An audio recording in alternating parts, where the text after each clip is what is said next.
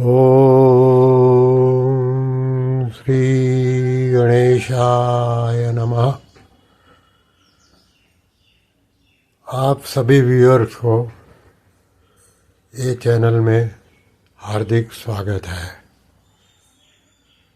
सभी गीता प्रेमी साधकों को सादर प्रणाम के साथ जय श्री कृष्ण।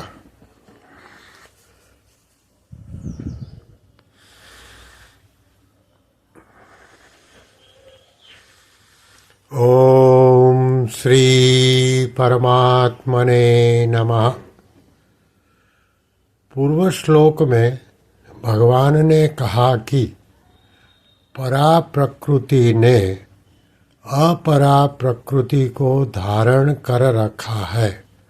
उसी का स्पष्टीकरण करने के लिए आगे का श्लोक क्रमांक 6 एतद्योनिति भूतानि सर्वाणीत्युपधारय एहं कृस्तनस्य जगतः प्रभव प्रलयस्तथा। अर्थात संपूर्ण प्राणियों के उत्पन्न होने में अपरा और परा इन दोनों प्रकृतियों का संयोग ही कारण है, ऐसा तुम समझो। मैं संपूर्ण जगत का प्रभव तथा प्रलय हूँ।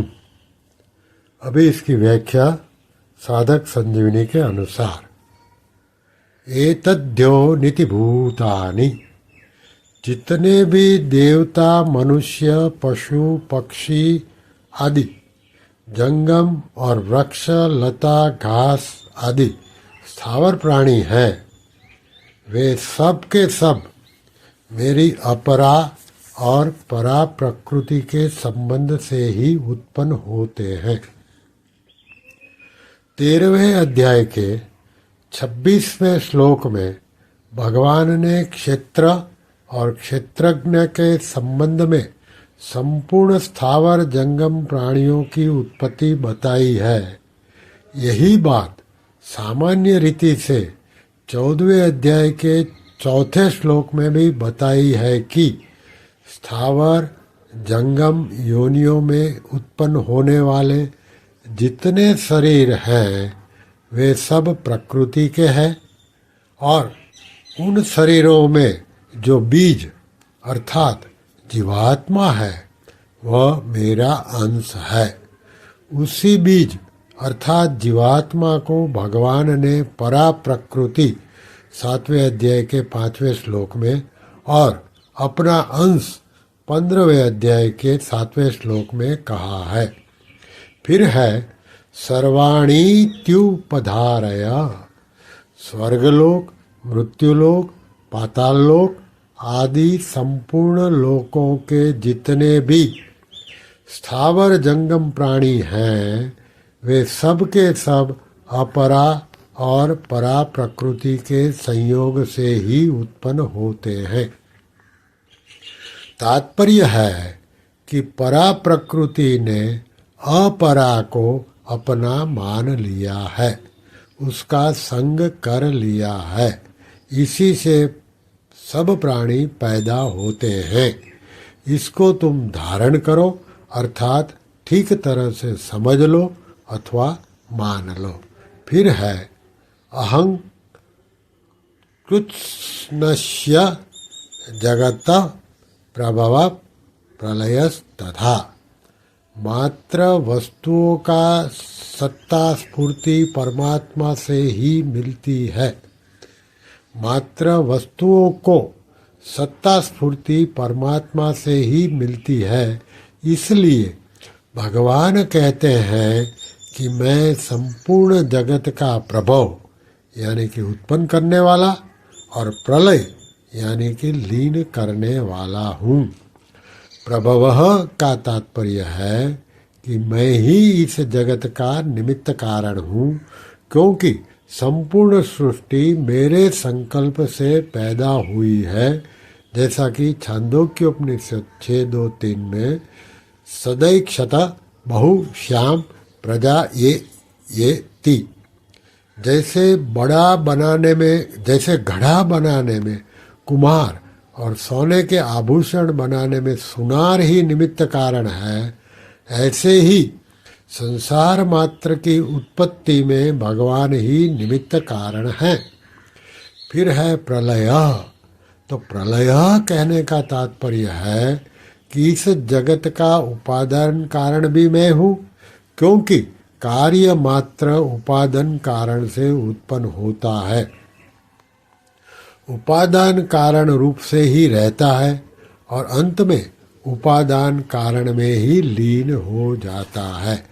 जैसे घड़ा बनाने में मिट्टी उपादान कारण है, ऐसे ही सृष्टि की रचना करने में भगवान ही उपादान कारण है। जैसे घड़ा मिट्टी से ही पैदा होता है, मिट्टी रूप ही रहता है, अंत में टूट करके घिसते घिसते मिट्टी ही बन जाता है। और जैसे सोने के यावन मात्र आभूषण सोने से ही उत्पन्न होते हैं, सोना रूप ही रहते हैं और अंत में सोना ही रह जाते हैं, ऐसे ही यह संसार भगवान से ही उत्पन्न होता है, भगवान में ही रहता है और अंत में भगवान में ही लीन हो जाता है। ऐसा जानना ही ज्ञान है। सब कुछ भगवत स्वरूप है, भगवान के सिवाय दूसरा कुछ है ही नहीं, ऐसा अनुभव हो जाना विज्ञान है। फिर है कृत्स्नस्य जगतः। इस पदों में भगवान ने अपने को जड़ चेतनात्मक संपूर्ण जगत का प्रभव और प्रलय बताया है। इसमें जड़ यानी कि अपरा प्रकृति का प्रभाव और प्रलय बताना तो ठीक है, पर चेतन यानी कि परा प्रकृति अर्थात जीवात्मा का उत्पत्ति और विनाश कैसे हुआ, क्योंकि वह तो नित्य तत्व है, जैसे गीता के 2 अध्याय के 24वें श्लोक में बताया, नित्यः सर्वगतः स्थाणुरचलोयम सनातनः। जो परिवर्तनशील है उसको जगत कहते हैं, गच्छतीति जगत। पर यहाँ जगत शब्द जड़ चेतनात्मक संपूर्ण संसार का वाचक है। इसमें जड़ अंश तो परिवर्तनशील है और चेतन अंश सदा सर्वथा परिवर्तन रहित तथा निर्विकार है। वह निर्विकार तत्व जब जड़ के साथ अपना संबंध मानकर तादात्म्य कर लेता है, तब वह जड़ यानी शरीर के उत्पत्ति विनाश को अपना उत्पत्ति विनाश मान लेता है। इसी से उसके जन्म मरण कहे जाते हैं। इसलिए भगवान ने अपने को संपूर्ण जगत अर्थात अपरा और परा प्रकृति का प्रभाव तथा प्रलय बताया है। अगर यहाँ जगत शब्द से केवल नाशवान परिवर्तनशील और विकारी संसार को ही लिया जाए, चेतन को नहीं लिया जाए, तो बड़ी बाधा लगेगी। भगवान ने कृत्स्नस्य जगतः पदों से अपने को संपूर्ण जगत का कारण बताया है। अतः संपूर्ण जगत के अंतर्गत स्थावर जंगम जड़ चेतन सभी लिए जाएंगे। अगर केवल जड़ को लिया जाएगा तो चेतन भाग छूट जाएगा, जिससे मैं संपूर्ण जगत का कारण हूँ यह कहना नहीं बन सकेगा और आगे भी बाधा बड़ी लगेगी। कारण कि आगे इसी अध्याय के 13वें श्लोक में भगवान ने कहा कि तीनों गुणों से मोहित जगत मेरे को नहीं जानता। तो यहाँ जानना अथवा न जानना चेतन का ही हो सकता है, जड़ का जानना अथवा न जानना होता ही नहीं। इसलिए जगत शब्द से केवल जड़ को ही नहीं चेतन को भी लेना होगा। ऐसे ही 16वें अध्याय के 8वें श्लोक में भी आसुरी संपदा वालों की मान्यता के अनुसार जगत शब्द से जड़ और चेतन दोनों ही लेने पड़ेंगे, क्योंकि आसुरी संपदा वाले व्यक्ति संपूर्ण शरीरधारी जीवों को असत्य मानते हैं, केवल जड़ को नहीं।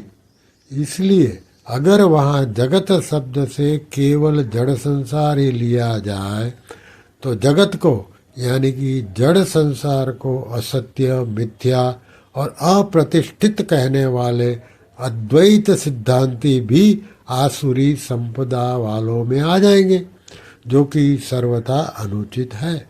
ऐसे ही 8वें अध्याय के 26वें श्लोक में आए शुक्ल कृष्णे गति ये ते जगतः पदों में जगत शब्द केवल जड़ का ही वाचक माने तो जड़ की शुक्ल और कृष्ण गति का क्या तात्पर्य होगा? गति तो चेतन की ही होती है। जड़ से तादात्म्य करने के कारण ही चेतन को जगत नाम से कहा गया है। इन सब बातों पर विचार करने से यह निष्कर्ष निकलता है कि जड़ के साथ एकात्मता करने से जीव जगत कहा जाता है, परंतु जब वह जड़ से विमुख होकर चिन्मय तत्व के साथ अपनी एकता का अनुभव कर लेता है तब वह योगी कहा जाता है, जिसका वर्णन गीता में जगह जगह आया है। श्री कृष्ण शरणम मम, श्री कृष्ण शरणम मम, श्री कृष्ण शरणम मम। ओम श्री कृष्णार्पणमस्तु।